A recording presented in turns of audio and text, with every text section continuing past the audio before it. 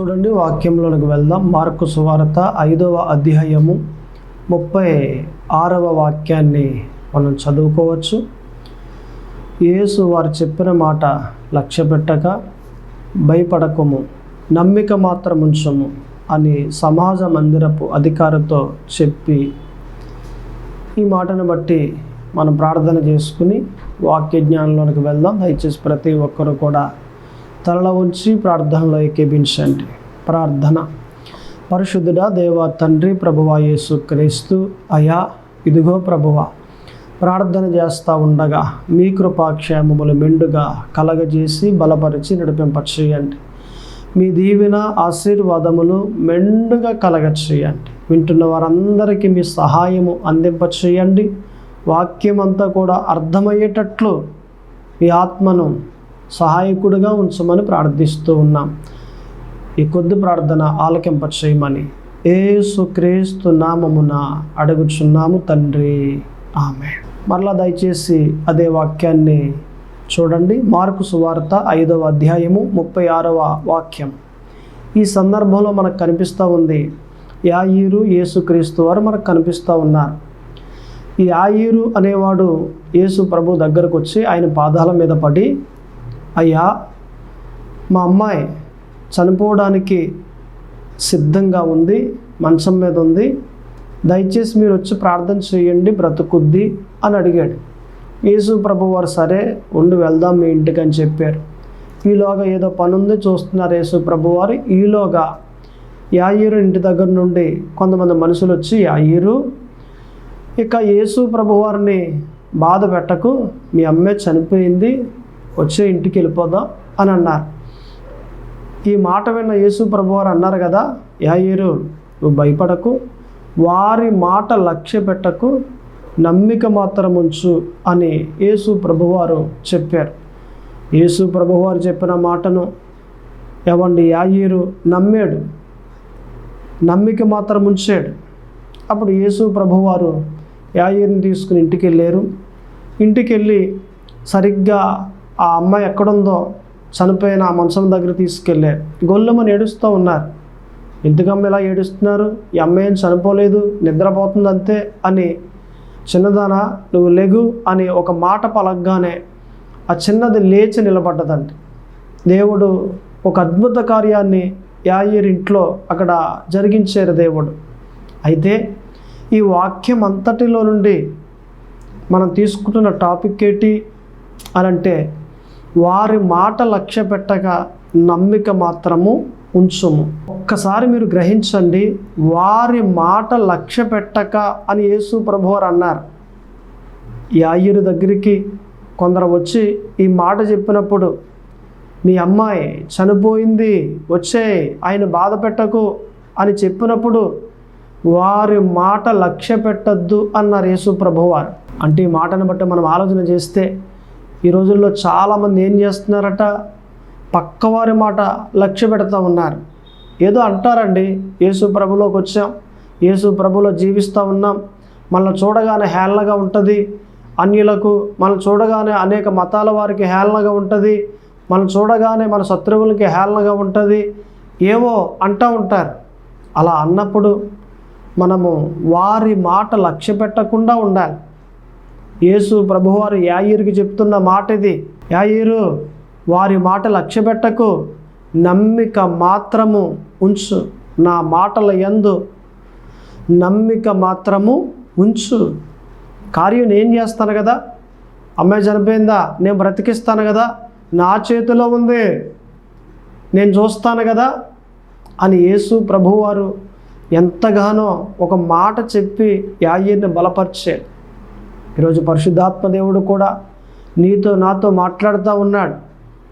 వారి మాటలు లక్ష్య పెడతా ఉన్నావా?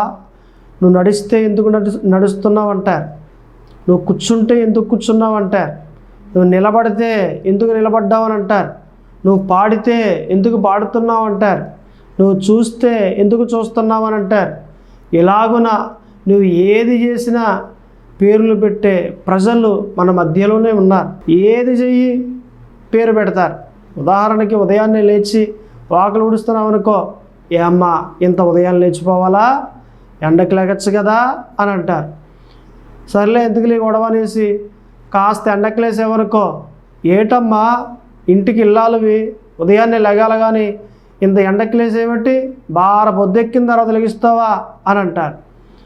ఉదయాన్నే లేచినా గొడవే, లేటుగా లేచినా గొడవే. అంటే ప్రతి దానికి ఏదో ఒక వంక పెట్టి ఏదో ఒక రకంగా మనల్ని ఏం చేస్తారట, మాట్లాడతారు. మాటలతో గుచ్చేస్తారు కొంతమంది. కత్తిపోటు వంటి మాటలు మాట్లాడేవారు కలరు అని బైబిల్ బోధించింది కదా మనకి. అలాగున మాటలతో గుచ్చేస్తూ ఉంటారు, నవ్వుతూనే ఉంటారు, గుచ్చేస్తూ ఉంటారు మాటలతో. అటువంటి ప్రజలు మధ్యలో మనం ఉన్నాం. అందుకే వారు ఏమన్నప్పటికీ లక్ష్య పెట్టకూడదు. మనం మంచి చెప్పినా, చెడ్డ చెప్పినా, నిందించినా, మాటలన్నా, అవమానపరిచినా, ఇలాగన్నా, అలాగన్నా, ఎలాగన్నా ఏమండి మనం ఏం చేయాలట, వారి మాటలు లక్ష్య పెట్టకుండా ముందుకు సాగిపోవాలి. మన జీవితం అప్పుడు బాగుంటుంది, మన జీవితానికి డంకా ఉండదు. వాళ్ళు అలాగ అన్నారండి, నాకు అసలు నిద్ర పట్టట్లేదండి, వీళ్ళు ఇలాగ అన్నారండి, భోజనం చేయడం మానేసానండి. ఏం చేసావు నువ్వు? వారి మాటలు లక్ష్య పెట్టా.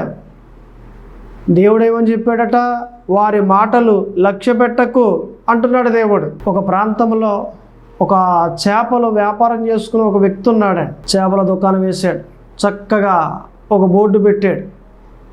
ఆ బోర్డు మీద ఏమని రాయించాడంటే, ఇచ్చట తాజా చేపలు అమ్మబడును అని వ్రాసాడు. ఆ రోజే ఓపెనింగ్, చాలామంది వస్తూ ఉన్నారు, కొనుక్కుంటూ ఉన్నారు, చేపల కొనుక్కుని పట్టుకెళ్తూ ఉన్నారు.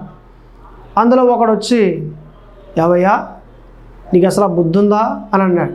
ఇదేంటండి బాబు, వ్యాపారం చేస్తున్నాను, నాకు బుద్ధి ఉండడం ఏంటి, ఇదేంటి, నేనేం తప్పు చేశాను, ఇచ్చట తాజా చేపలు అమ్మబడిన బోర్డు పెట్టావు కదా. అవునండి బోర్డు పెట్టాను. ఏ కనమ కొట్ల వారంతా కూడా కుళ్ళిపోయిన చేపలు ఏమైనా అమ్ముతున్నారా? ఇచ్చట తాజా చేపలు అమ్మబడును అని రాసావు నువ్వు, తాజా అవసరమా అని అన్నాడు. ఇదేంటండి బాబు, ఈరోజు అలా వ్యాపారం స్టార్ట్ చేశాను నేను, మీతో నాకు గొడవ దేనికి, ఇప్పుడు ఇంతగా ఏంటి ఏమంటారని అంటే, తాజా తీసే అన్నాడు. అలాగే తీసేస్తానులేండి అనేసి ఆ బోర్డు తీసేసి ఇంకో బోర్డు వేయించాడు. ఏమని, ఇచ్చట చేపలు అమ్మబడును అని ఇంకో బోర్డు రాయించాడు. రెండవ రోజు చాలామంది వచ్చారు, పట్టుకెళ్తున్నారు, తలా 1 కేజీ తలా 2 కేజీలు పట్టుకెళ్తూ ఉన్నారు. సరిగ్గా 1 గంట 2 గంటలు అమ్మిన తర్వాత అమ్మకం ఇంకో వ్యక్తి వచ్చాడు.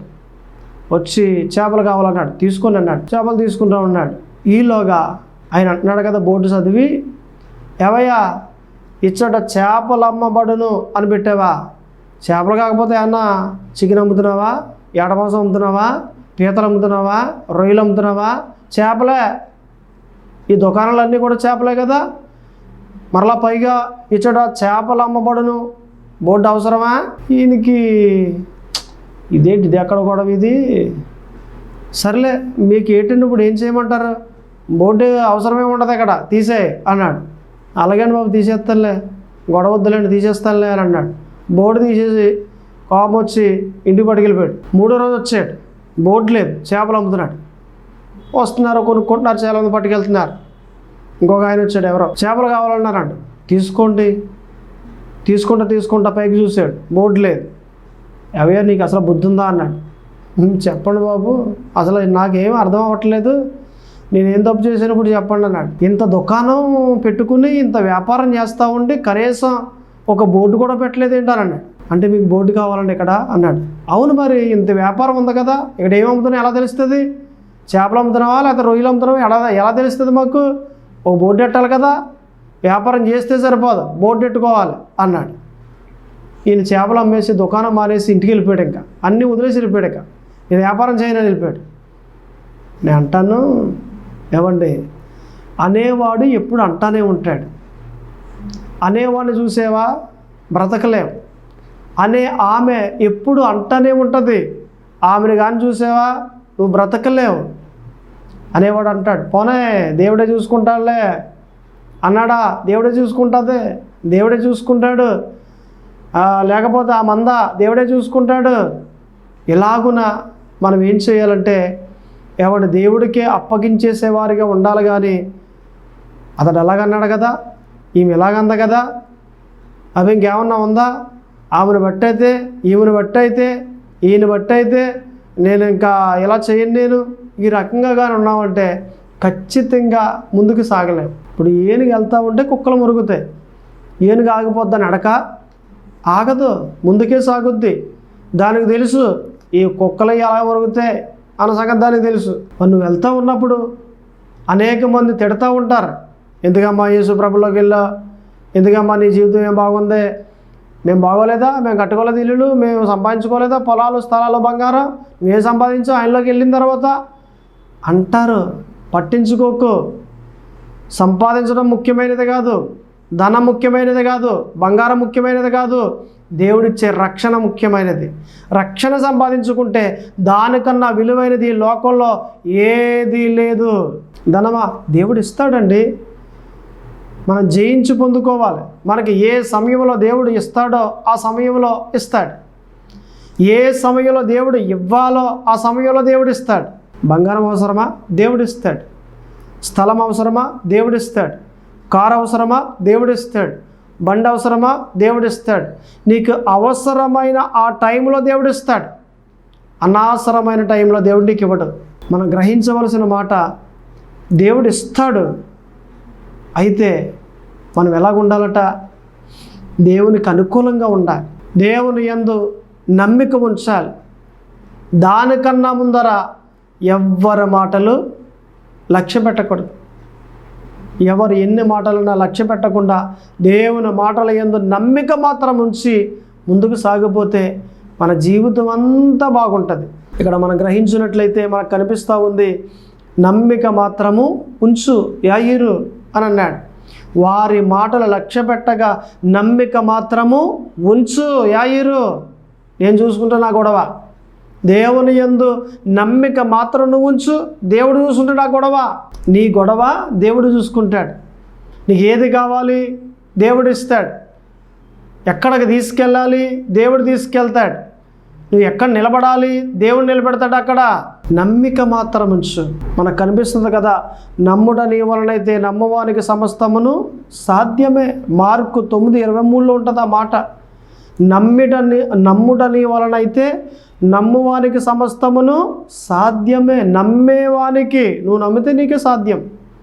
అంతా సాధ్యం అంటున్నాడా, కొంతే సాధ్యం అంటున్నాడా? అంతా ఒక్కసారి గ్రహించు. దేవుని నమ్ముతా ఉన్నావా? నమ్మాలి. ఇంకా మనం చూస్తాం మత్తయి సువార్తలో 21వ అధ్యాయం 22లో, మరియు మీరు ప్రార్థన చేయనప్పుడు వేటిని అడుగుదరో అవి దొరుకునవని నమ్మిన ఎడల మీరు వాటినన్నిటినీ పొందుదరని వారితో చెప్పాను. నువ్వు ప్రార్థన చేసినప్పుడే అది దొరికిందని నమ్మాలి, అది దొరికిందని నమ్మాలి. నువ్వు ప్రార్థన చేసినప్పుడే దాన్ని కొన్నానని నమ్మాలి, అది నాది అని నమ్మాలి. అప్పుడే దేవుడు కార్యం చేస్తాడు. ఇల్లు కోసం చేసావా, కట్టేసాను నమ్మాలి. స్థలం కోసమా, కొనేసాను నమ్మాలి. కొనేసాను అని నమ్మేయాలి. ఇల్లు కట్టేసాను అని నమ్మేయాలి. ఇల్లు కావాలని ప్రార్థన చేసావు, స్థలం కావాలని ప్రార్థన చేసావు. ప్రార్థన చేసినప్పుడే ఇల్లు కట్టేశానండి అని నమ్మేయాలి, స్థలం కొనేసానండి అని నమ్మేయాలి. అది విశ్వాసం అంటే, అది నమ్మికంటే. అటువంటి విశ్వాసము నీలో ఉందా? అటువంటి నమ్మిక నీలో ఉందా? ఉండాలి. ఉంటేనే దేవుడు ముందుకు తీసుకెళ్ళి నిన్ను ఒక పాత్రగా తయారు చేసి ఆయన చేతిలో బహుబలంగా వాడుకుంటాడు. ఈ నమ్మిక గురించి మనకి చాలా మాటలు కనిపిస్తాయి. ఆ మాటలు మనం చూస్తే మనకు కనిపిస్తుంది ఎక్కడెక్కడనంటే యోహాను సువార్తలో 11వ అధ్యాయం 40వ వాక్యంలో మనకు కనిపిస్తుంది. నమ్ముట నీ వలనైతే నమ్మువానికి సమస్తమును సాధ్యం అనేది మనం ఎక్కడ చూసాం? మార్కు 9:23లో చూసాం కదా. యోహాను 11:40 ఏవండి, దేవుని మహిమను నమ్మితే దేవుని మహిమను చూస్తా, నమ్మితే దేవుని మహిమను చూస్తా, నమ్మకపోతే దేవుని మహిమను చూడలేం. లాజరు చనిపోయినప్పుడు, సమాధిలో పెట్టబడినప్పుడు, 4వ రోజున యేసు ప్రభు అక్కడికి వచ్చినప్పుడు ఏవండి, మార్తా దగ్గరికి వచ్చి మాట్లాడుతూ ఉంటే, మార్తా ఎందుకని నువ్వు అవిశ్వాసంగా మాట్లాడతా అనేసి యేసు ప్రభు వారు అప్పుడు చెప్తున్నారు, నమ్మితే దేవుని మహిమను చూస్తా, నమ్ము. యేసు ప్రభు వెళ్ళాడు అక్కడికి, సమాధి దగ్గరికి వెళ్ళి లాజరు అని బిగ్గరగా ఏవండి పిలిచాడు. అంతే, సమాధిలో పెట్టబడిన లాజరు 4వ రోజు వచ్చేసాడు. అంతే, లేచి నిలబడి నడుచుకుంటూ వచ్చేసాడు లాజరు 4వ రోజున. ఒకటే అన్నాడు యేసుప్రభు, మార్తా నమ్ము, దేవుని మహిమను చూస్తా. ఈరోజు కూడా అంతే, పరిశుద్ధాత్మ దేవుడు నీతో మాట్లాడుతున్నాడు. ఏమని? మీరు నమ్మండి, దేవుని మహిమను చూస్తారు, దేవుని కార్యములు చూస్తారు, దేవుడిచ్చే ఆశీర్వాదాలు చూస్తారు, ఆ ఆశీర్వాదం అనుభవిస్తారు. మీరు అనేక మందికి దీవెనకరంగా, అనేక మందికి ఆశీర్వాదకరంగా, దేవునికి మహిమకరంగా మీరు మార్చబడతారు. మీరు నమ్మండి, దేవుని మహిమను చూస్తారు. ఏడి నమ్మిన వ్యక్తి ఉన్నాడా? ఖచ్చితంగా చూస్తాడు. నమ్మాలి, దేవుని నమ్మాలి. ఎటువంటి శ్రమ వచ్చినప్పటికీ, ఎటువంటి బాధ వచ్చినప్పటికీ, ఎటువంటి ఇబ్బంది వచ్చినప్పటికీ, ఎటువంటి నిందలు వచ్చినప్పటికీ, ఎటువంటి అవమానం వచ్చినప్పటికీ నమ్ముతా నువ్వు ఉండగలిగితే, నీ నమ్మిక ఆధారం చేసుకున్న దేవుడు నిశ్చయముగా నిన్ను హెచ్చింపజేసి నీ బంధువులలో తలగా చేస్తాడా? ఆయన వదిలేస్తాడా? దేవుడు నమ్మిన వ్యక్తిని వదిలేస్తాడా? విశ్వాసం ఉంచిన వ్యక్తిని వదిలేస్తాడా? ఆయన వదలడా. ఆయన జ్ఞాపకం చేసుకుంటాడు. జ్ఞాపకం చేసుకుని ఒక ఉన్నతమైన స్థాయిలోనికి దేవుడు తీసుకుని వస్తాడు. అటువంటి దేవుడై ఉన్నాడు మన దేవుడు. దేవుని నమ్మాలి. యాయీరు వారి మాట లక్ష్యపెట్టగా నా మాటల యందు నమ్మిక మాత్రము ఉంచు, చాలు. కాబట్టి దయచేసి ప్రతి ఒక్కరూ కూడా ఎన్ని శ్రమలు వచ్చినా, ఎన్ని బాధలు వచ్చినా నమ్మాలి. శ్రమలు వచ్చినప్పుడే నమ్మాలి. వాక్యం విన్నప్పుడు ఇప్పుడు నమ్ముతాం. ఎంత బాగా చెప్పారో పాస్టర్ గారు అని ఆలయానికి వెళ్ళి వాక్యం విని నమ్మికతో ఇంటికి వస్తాం. ఇంటికి వచ్చిన తర్వాత ఏదైనా గొడవ వచ్చి వంగడదీసి భర్త 4 గుద్దులు గుద్దుతూ ఉంటే అప్పుడు చెప్పాలి, నా దేవుడు గొప్ప దేవుడు, మా ఆయన గారిని మారుస్తాడు ఆయన, నా జీవితాన్ని బాగు చేస్తాడు ఆయన. ఆ శ్రమలో చెప్పగలగాలి. అది నిజమైన నమ్మిక. అంతేగాని వదిలేసి ఆ టైంలో ఏది నీ విశ్వాసాన్ని వదిలేసి, నీ నమ్మికను వదిలేసి, నా బ్రతికలాగా అయిపోయింది, నా కర్మ, అందరి జీవితాలు మార్చబడతా ఉన్నాయి కానీ నా జీవితం మార్చబడదేక, ఇంతే నా బ్రతుకు, ఎన్నాళ్ళు చూసినా ఎక్కడేసిన గొంగలు అక్కడే అన్నట్లు నా బ్రతికలాగా అయిపోయింది, నా జీవితం ఇలా అయిపోయిందని నువ్వు మాట్లాడుతూ ఉంటే నీ మాటలు వింటున్న దేవుడు ఎంత బాధపడతాడట, దేవునికి నిన్ను బట్టి ఎంత అవమానం వెళ్తుందట. ఒక్కసారి గ్రహించు, దేవుని నమ్ము, ఆయన మహిమను చూస్తా. ఇంకా మనం చూస్తే ఇక్కడ కనిపిస్తుంది సామెతల గ్రంథములో 29వ అధ్యాయము 25వ వాక్యం, నమ్మితే సురక్షితముగా ఉంటాము అనే మాట ఇక్కడ మనం చూస్తాం. అంటే దేవుని నమ్మితే ఎలాగుంటామట? సురక్షితముగా ఉంటాం. ఎక్కడికి వెళ్ళండి దేవుని కాపుదల ఉంటుంది. ఏ దేశం వెళ్ళండి దేవుని కాపుదల ఉంటుంది. ఏ ప్రాంతం వెళ్ళండి దేవుని కాపుదల ఉంటుంది. ఏ గ్రామానికి వెళ్ళండి దేవుని కాపుదల ఉంటుంది. ఇలాగ నువ్వు ఏ ప్రాంతానికి వెళ్ళినా, ఏ పనులు చేస్తున్నప్పటికీ, నువ్వు ఎక్కడ ప్రయాణం చేస్తున్నప్పటికీ, ఏ వాహనంలో వెళ్తున్నప్పటికీ దేవుని కాపుదల మీకుంటుంది. సురక్షితముగా ఉంటారు. మీరు కానివ్వండి, మీ పిల్లలు కానివ్వండి, మీ కుటుంబం కానివ్వండి, మీరంతా కూడా సురక్షితముగా ఉంటారు. కారణం దేవుని మీద ఉన్న నమ్మిక. నమ్మితే సురక్షితముగా ఉంటాం. అందుకే నమ్మాలి దేవుణ్ణి. నమ్మేవారిగా మనం ఉంటే మన జీవితాలు ఎంత బాగుంటాయి. నమ్మేవారిగా మనం బ్రతికితే మన జీవితానికి ఎంత వెలుగు వస్తుంది. నమ్మేవారిగా మనం జీవిస్తే ఎంత ఆశీర్వాదాన్ని మనం పొందుకుంటాం. కాబట్టి మనమంతా కూడా దేవుని నమ్మేవారిగా ఉండాలి. నమ్మితే ఆయన మహిమను చూస్తాం. నమ్మితే సురక్షితముగా ఉంటాం.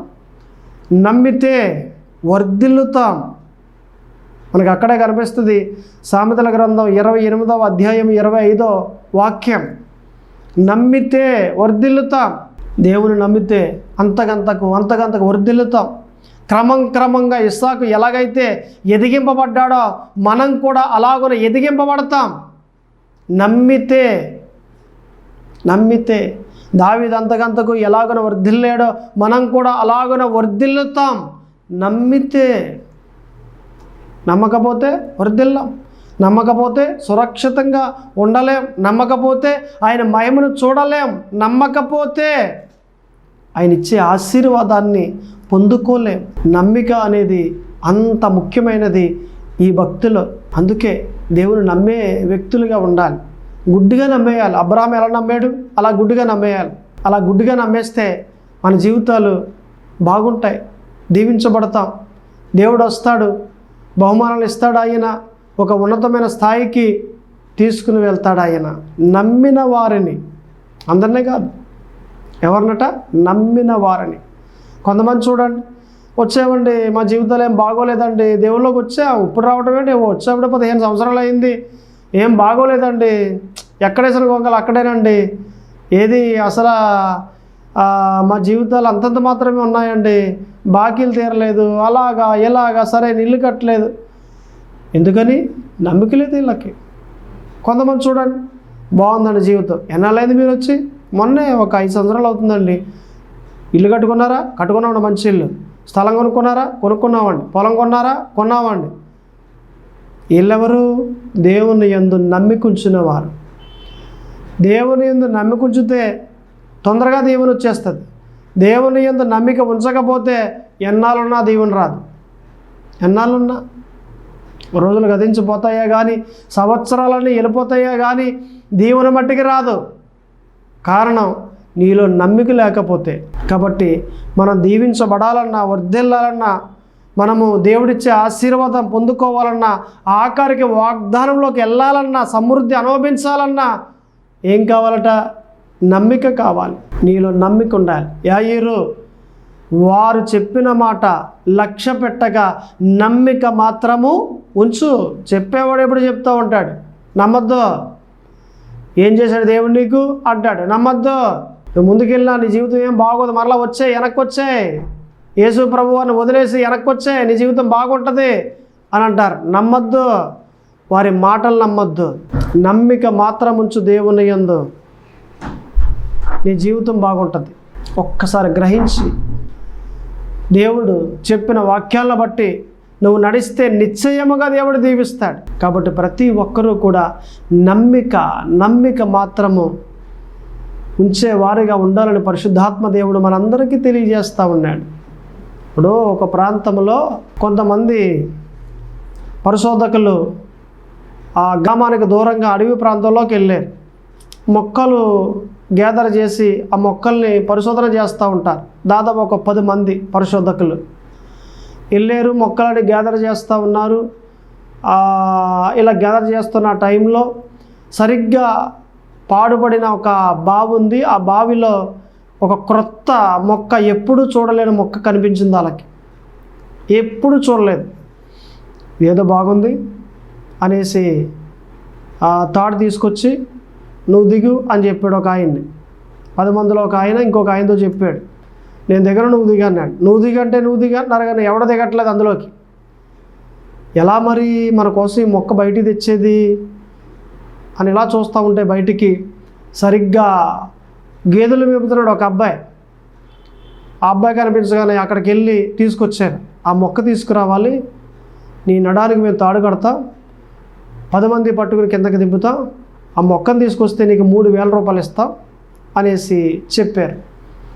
ఈ అబ్బాయి అన్నాడు, ఓకే మీరు చెప్పిన మాటకి, కాకపోతే తాడు మీరు పట్టుకోకూడదు, మా నాన్న పట్టుకుంటాడు అని చెప్పాడు.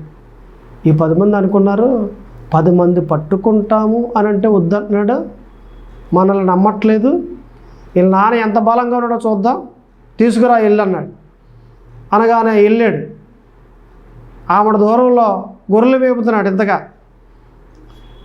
తీసుకొచ్చాడు. బక్కగా సన్నగా ఉన్నాడు. ఈ 10 మంది చూసి, 10 మంది ఇంత బలంగా ఉన్నాం, ఇంత లావుగా ఉన్నాం, మనల్ని నమ్మలేదు, వాళ్ళ నాన్న నమ్మాడు, సరేలే మనకు మొక్క కావాలనేసి ఏమంటే అబ్బాయికి తాడు కట్టి కిందకి దించారు. వాళ్ళ నాన్న పట్టుకున్నాడు. నెమ్మదిగా కిందకి వెళ్ళాడు. ఆ మొక్కని ఏమండి పీకి పైకి పట్టుకొచ్చాడు. ఈ మొక్క ఇచ్చేసాడు. 3,000 రూపాయలు తీసుకున్నాడు. తండ్రి కొడుకులు ఇద్దరు కూడా వెళ్ళిపోతున్నారు. వీళ్ళు అన్నారు కదా, అబ్బాయి ఒకసారి ఆగు, మాకు ఒక చిన్న డౌట్ ఉంది, ఆ మాటకు జవాబు చెప్పేసి వెళ్ళిపో.